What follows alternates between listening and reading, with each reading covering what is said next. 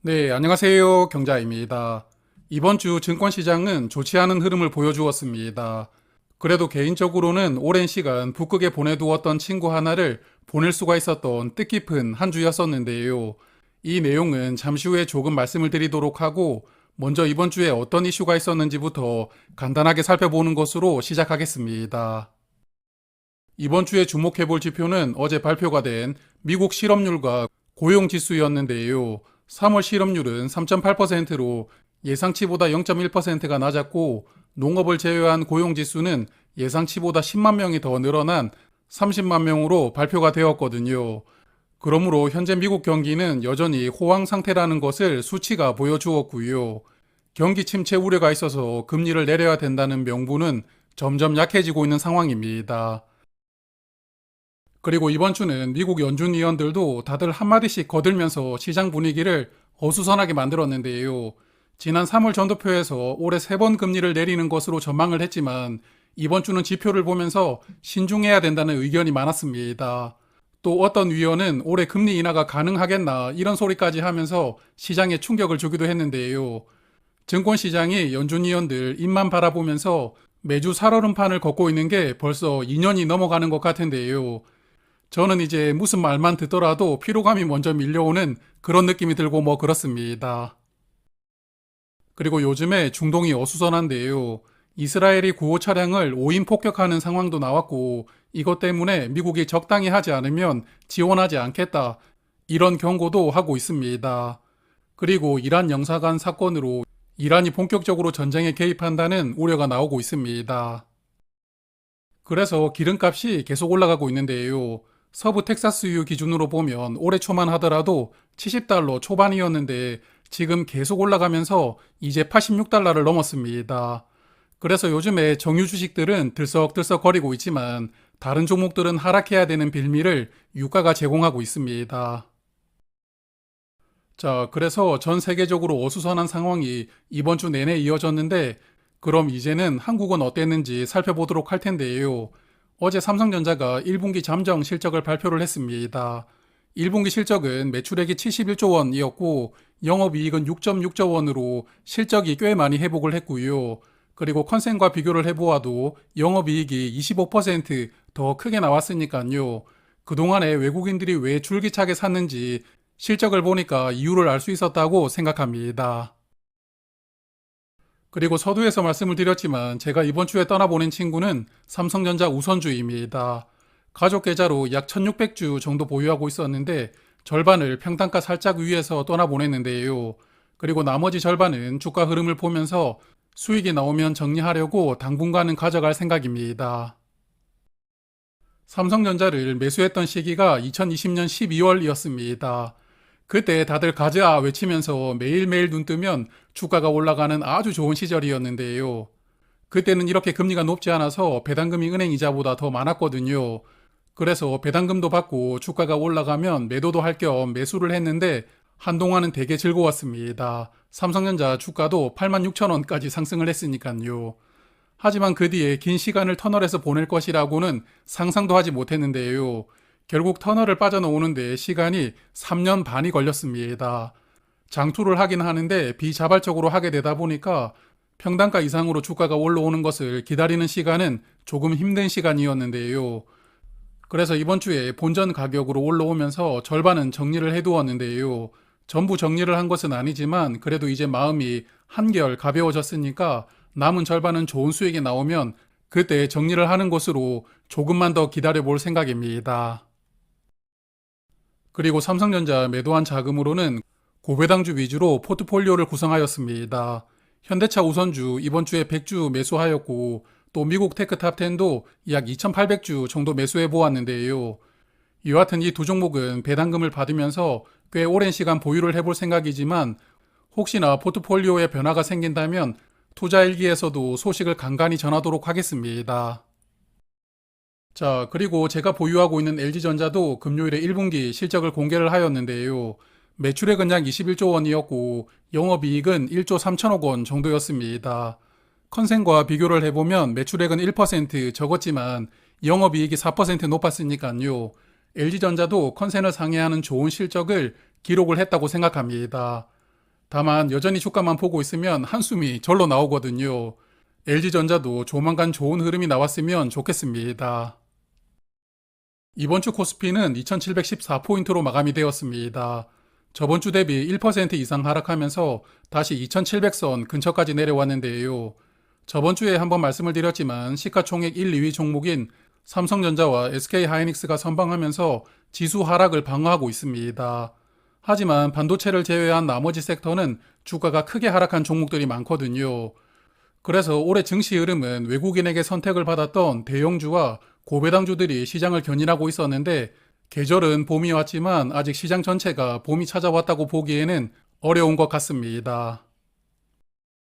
자, 그럼 이제 저의 계좌를 조금 살펴볼 텐데요. 저번 주 분기 배당락이 나왔기 때문에 이제 IS의 계좌에서도 본격적으로 매수를 해보았는데요. 그래서 이번 주에만 올해 입금할 수 있는 한도 절반 정도를 IS의 계좌로 입금을 하였습니다. 그리고 현대차 UB 이번 주에 데리고 왔는데요. 14만원대면 매수할 만하다고 생각하고 있었는데 생각하는 가격대로 내려오길래 40주를 매수를 하였고요. 미국 배당 다우존스는 4월이 되었으니까 기계적으로 30주 매수하였습니다. 그리고 저번 주 불타기를 고민하고 있던 SK텔레콤도 주가가 많이 떨어지길래 참지 못하고 10주씩 2번 매수를 하였고요. 마지막 NH투자증권도 평단가 이하로 주가가 내려오길래 50주씩 2번 매수하면서 물을 조금 타보았습니다. 현대차 UB는 제가 올해 초에 전부 매도를 했었고 평균 매도 가격을 따져보면 13만원 정도였습니다. 그래서 14만원대에서 매수하는 게 약간 부담스럽기도 했지만 그래도 이 종목 전년 배당금 기준으로 배당률이 7.8%입니다. 올해 실적은 전년보다 약간 감소가 될 수 있는 우려가 있지만 그래도 주가가 14만원대라면 배당률 7% 이상 나올 수 있다고 생각하거든요. 거기다가 분기 배당하고 자사주 소각도 내년까지 이어집니다. 그래서 열심히 째려보고 있었는데 배당락으로 주가가 크게 빠지길래 살짝 다시 데리고 와보았습니다. 이번 주에 매수하고 나서 주가는 조금 상승한 상태입니다. 그래서 일단은 평단가 이상에서 추가 매수할 생각은 없지만 혹시 주가가 14만원 근처나 그 아래로 내려온다면 물량을 조금씩 늘려갈 생각이고요. 평단가를 조금씩 낮추는 전략으로 모아볼 생각입니다. 그리고 올해 1분기처럼 주가가 또 크게 상승한다면 배당금을 포기하고 매도하는 것도 생각하고 있는데 여하튼 주가가 어떻게 움직이느냐에 따라서 판단을 해볼 생각입니다. 자, 그래서 장고를 보면 이번 주도 배당락 영향을 받고 있다고 생각이 되는데 SK텔레콤 저번 주보다 주가가 약간 하락했습니다. 또한 불타기를 하면서 평단가도 살짝 올라갔거든요. 수익률이 약간 줄어들었고 JR리츠는 저번 주와 비슷했던 것 같고요. 그리고 NH투자증권 우선주 맥쿼리인프라는 파란색으로 변했는데 다시 빨간색으로 돌아와 주길 바라봅니다. 그리고 DN오토모티브 이번 주에 주가가 크게 빠졌다가 어느 정도 회복은 했지만 여하튼 거래량이 작다 보니까 호가가 순식간에 바뀌어서 조금 불안하기도 한데요. 그래도 이 종목 어제 배당금이 나왔고 또한 실적을 고려한다면 이 정도 주가는 저평가라고 생각을 하고 있으니까요. 굳건한 마음으로 수익을 기다려보려고 합니다.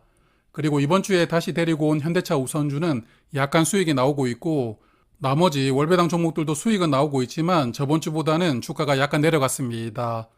저 개인적으로 월배당 종목들은 배당금을 받는 게 주가 상승보다는 우선이라고 생각을 하면서 투자를 하거든요.